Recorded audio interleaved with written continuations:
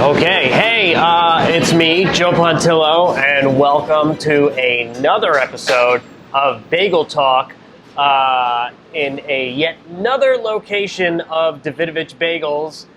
Every time we film somewhere, they tell us to move to a new location. I don't know why it keeps happening.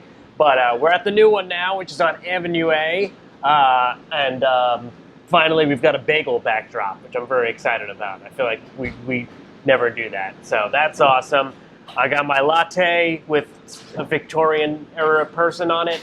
I'm not sure what's happening, but anyway, we've got a great guest with us today who may or may not have been tricked into being on the show, but that's okay.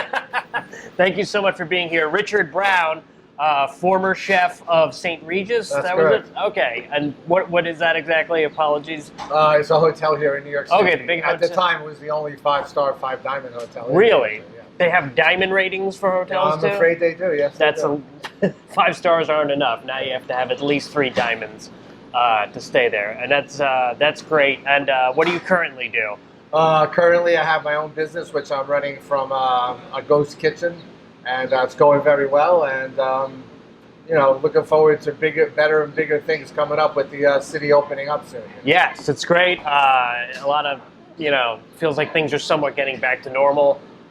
What exactly is a ghost kitchen? You're kind of like A ghost kitchen is a place where it's a kitchen where nobody knows exactly where it is. That's why they call it ghost, obviously.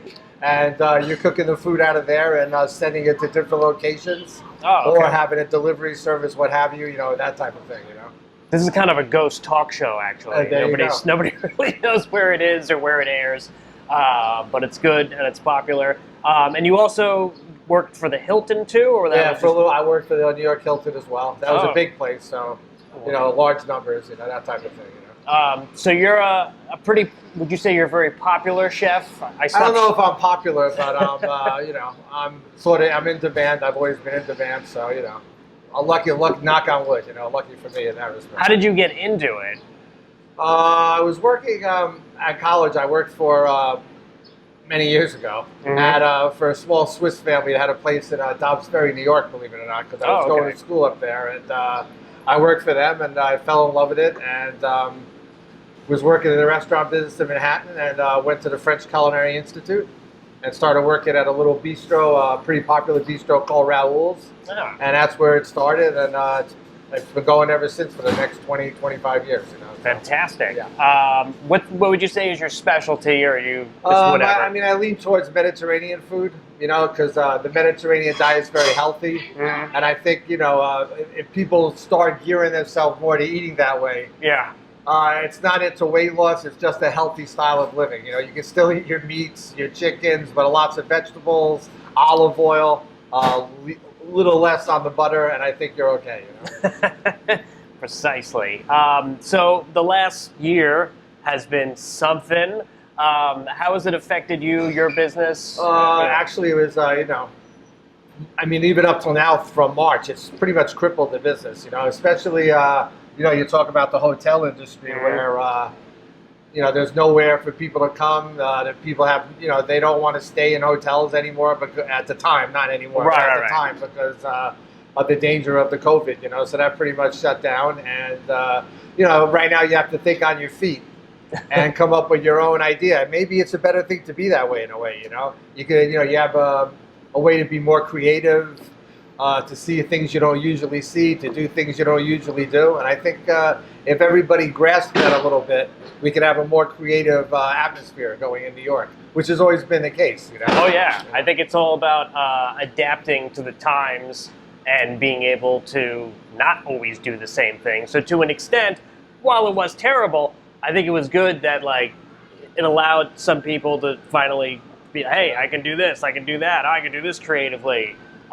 So I think it was good that it broke up the monotony. So what's your plan now for the next, 3 to 6 months?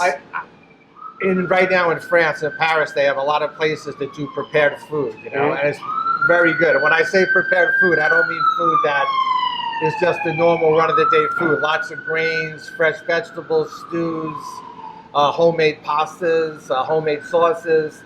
And I think if it's at the right price point, people will do that. This way they can come in, to your shop, buy what they need, bring it home, and heat it up. So at least they get a little bit of cooking in themselves, you know. The food that's totally prepared and just ready to go, I think is going to be the next, you know, the thing of the future right now. Oh, yes. Yeah. Kind of like modern day fancy TV dinners, minus the TV. Exactly. And also, you know, a lot of artisan cooking as well. Artisan breads. I don't know if you remember, but you couldn't buy flour in the beginning of COVID because everyone was baking bread. So, oh, right. So I think that even now, artisan breads, people really starting to get into that. And anything that's made by hand now has become very popular here in New York. Yeah, I fell victim to that too. I baked bread and then just posted a picture of it on the internet and threw it right in the garbage. I don't know. That was it. Just felt like something everybody was doing. Are you a big bread guy? I love bread. You know, a lot of people are gluten free, which is fine. But I grew up eating bread, and I still love bread. And in New York, you get the best bread. Yes, best bread, best bagels, like we have here at Davidovich. You know, you're fortunate enough to have good product like that in New York. Oh yes, definitely. And do you have a favorite bagel? Davidovich Bagels. You know, I use them. I've always used them. Even when I was in the hotels, I ordered from them, and the consistency is unbelievable. Has that good bite to it. You know, I love bagel. You have to have the bite in the bagel. If you don't have that, to me, it's just not a bagel. You know. Right on. And do you have a favorite kind or favorite? I lean towards the everything bagel is always a favorite. You know, being a New Yorker, we love the everything bagel. I also love the pumpernickel bagel. Yes, put as much stuff as you can on the bagel, even things that don't belong. I don't. Exactly. They don't taste the same. Butter, cream cheese. I'm a cream cheese guy. I'm a schmear guy. You know, schmear. I don't like too much cream cheese. I like just the schmear. You know? It's a fun word to say, for that. Anything coming up you want to plug or promote? No, I think I'm good right now as far as plugging goes. You know, I believe that, you know, I just like to see new things happening. I think this is a chance for New York City to come back right now. You know, I think that's a big plus. It's the best city in the world, and I think, you know, the food is always exciting here.